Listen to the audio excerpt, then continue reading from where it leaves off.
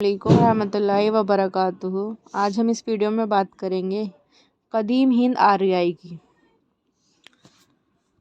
قدیم ہند آریائی دور 1500 قبل مسیح سے 500 قبل مسیح تک شمار کیا جاتا ہے۔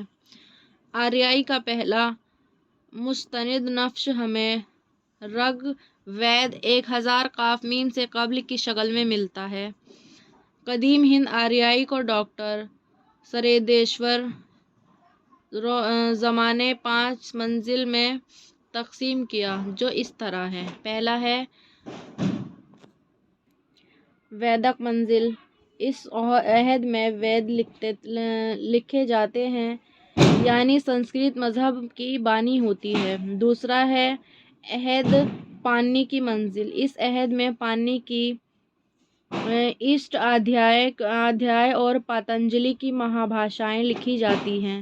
اس طرح اس دور میں سنسکرت آریوں کی زبان بن جاتی ہے۔ تیسرا ہے رزمیہ منزل۔ اسے ادبی منزل بھی کہا جاتا ہے، اسی میں مہابھارت لکھی گئی تھی۔ چوتھا ہے دینوی منزل۔ اس دور میں سنسکرت سرکاری زبان بن جاتی ہے اور اس کا تعلق مذہب سے منقطع ہو جاتا ہے۔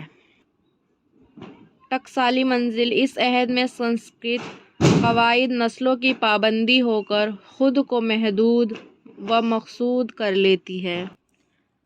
شادی کے چکر میں پھنس کر عوام سے دور ہو جاتی ہے، اس لیے کہ پہلو بہ پہلو عوامی بولیاں پروان چڑھنے لگتی ہیں۔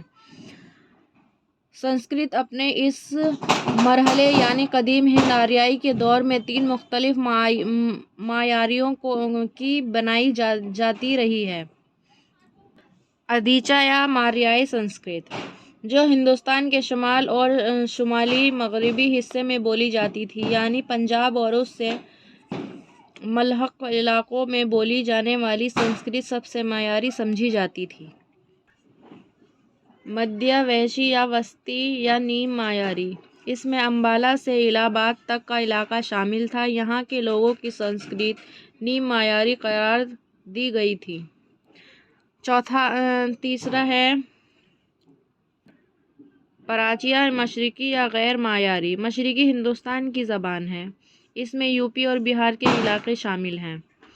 پروفیسر گیان چندر جین نے قدیم ہند آریائی کے دوادوار میں تقسیم کیا ہے۔ پہلا ہے ویدک سنسکرت، دوسرا ہے کلاسک سنسکرت۔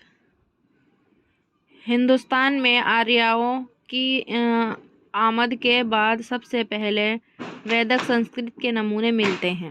اللہ حافظ۔